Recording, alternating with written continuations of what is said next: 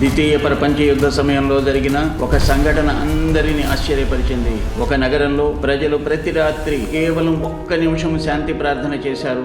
ఈ సామూహిక ప్రార్థనా శక్తి ఎంత గొప్ప ప్రభావం చూపిందంటే కొంత సమయం తర్వాత బాంబు దాడులు ఆగిపోయాయి. ఇప్పుడు మరోసారి ప్రపంచమంతటా ప్రజలందరూ కలిసి ముందుకు వస్తున్నారు. 58 దేశాలు 1 నిమిషం అపార శక్తి.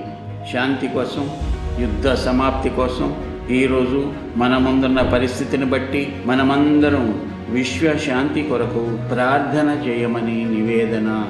ప్రపంచమంతా కోట్ల మంది ప్రజలు శాంతి కోసం ప్రార్థన చేస్తున్నారు.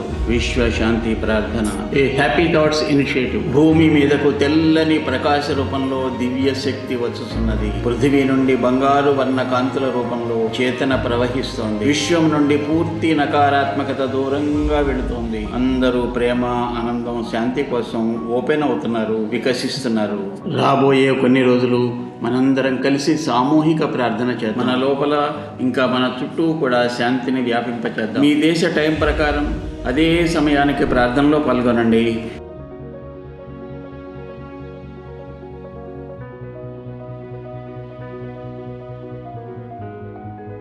ఇది కేవలం 1 నిమిషం కాదు, ఇది ఒక సామూహిక చైతన్య శక్తి. అలారం పెట్టుకోండి, 1 నిమిషం ప్రార్థన చేయండి.